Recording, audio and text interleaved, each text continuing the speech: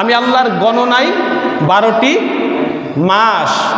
এই 12টি মাসের মধ্যে আল্লাহ রাব্বুল আলামিন বলেন এই 12টি মাসের মধ্যে শ্রেষ্ঠতম যে 4টি মাস, এই শ্রেষ্ঠতম কয়টি মাস? 4টি মাস।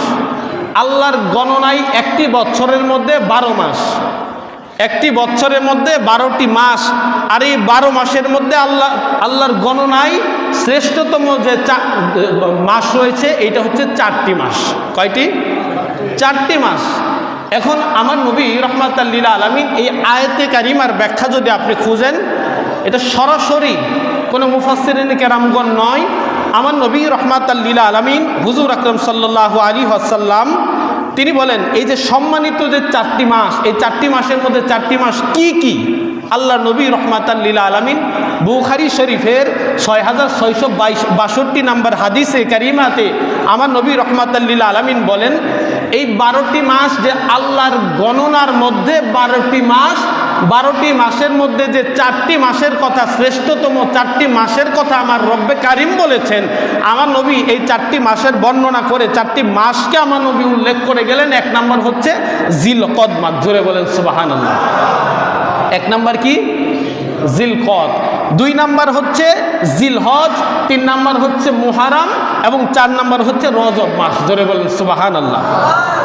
এ প্রসঙ্গে আমার নবী ইবনে মাজা শরীফের 3931 নম্বর হাদিস শরীফের মধ্যে আল্লাহ রাসূল সাল্লাল্লাহু আলাইহি ওয়াসাল্লাম তিনি বলেন এই 4টি মাসের মধ্যে সম্মানিত একটি মাস আছে। কয়টি মাস? আল্লাহর গণনায় মাস হইল 12টি। এই 12টির মধ্যে 4টি হচ্ছে শ্রেষ্ঠ মাস। আবার রসুল সাল্লাল্লাহু আলাইহি ওয়াসাল্লাম 4টি মাসের বর্ণনা দিয়ে গেলেন এবং আমার রসুল সাল্লাল্লাহু আলাইহি ওয়াসাল্লাম ইবনে মাজা শরীফের হাদিসের মধ্যে তিনি বর্ণনা করে গেলেন এই 4টি মাসের মধ্যে যে শ্রেষ্ঠতম মাস হচ্ছে এটা হচ্ছে এই পবিত্র জিলহজ মাস। একবার উচ্চ আওয়াজে বলেন সুবহানাল্লাহ।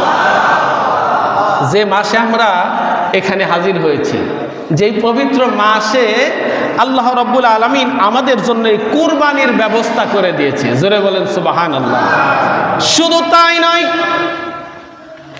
আল্লাহ রাব্বুল আলামিন সূরাতুল ফাজরের ভিতরে আল্লাহ বললেন ওয়াল ফাজরি, শপথ বা কসম, ফজর বা ভোর রাতের কসম।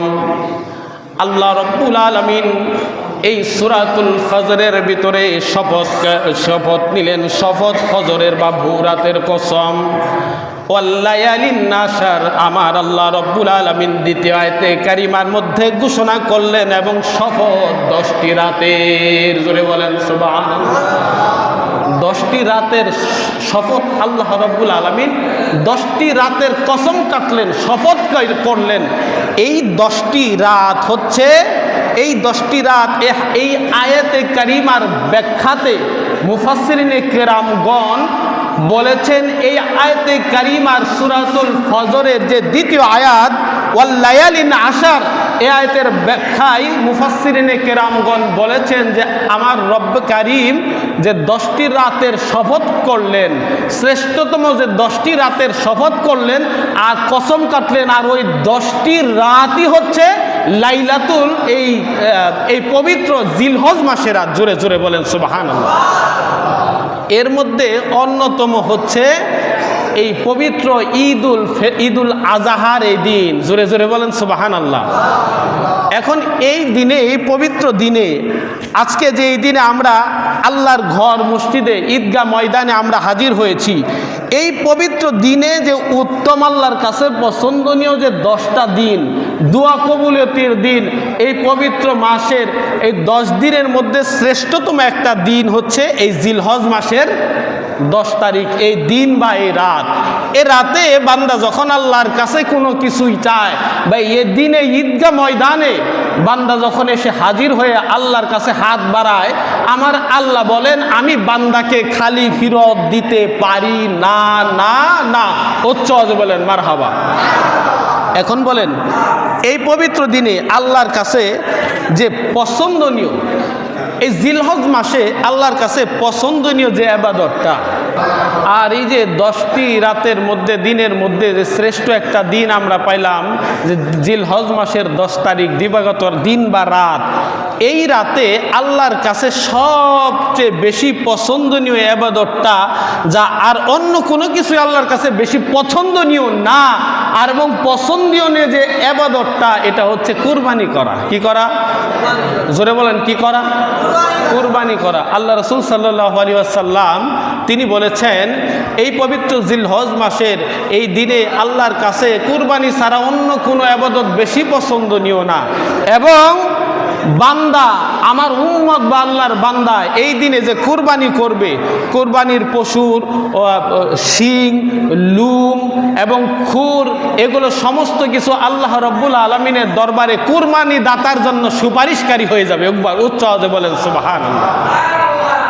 এই যে কুরবানি যে আমরা করি, বলেন এই কুরবানি কি শুধু গোস্ত খাওয়ার নিয়তে কুরবানি করলে হবে?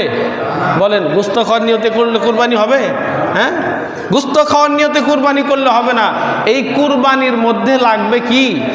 আল্লাহর ভয়, আল্লাহর সন্তুষ্টি, আল্লাহর ভয়, আল্লাহর সন্তুষ্টি, তাকওয়া লাগবে।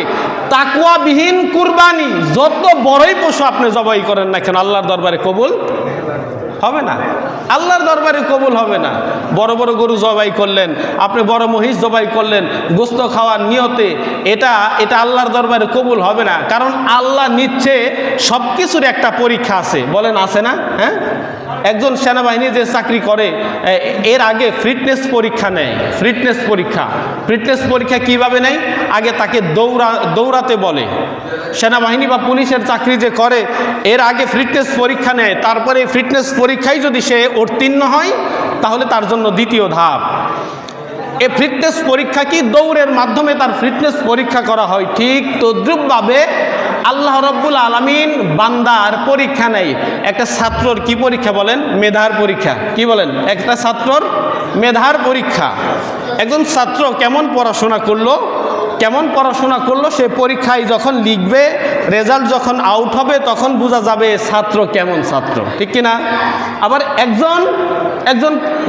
একজন কাজ করে, একজন দক্ষ একজন মিস্ত্রি, সে নিজেকে দক্ষ বলে প্রমাণ করে, প্রচার করে। যখন তাকে কোনো কাজে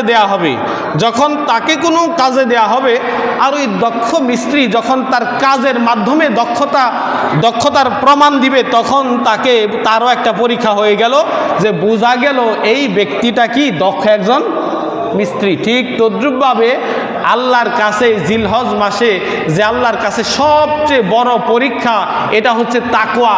আপনি আল্লাহর প্রতি কতটুক ভয় রাখছেন, আপনি আল্লাহর প্রতি কতটুক ভয় রাখছেন, আপনি আল্লাহকে দেখে কতটুক ভয় পান।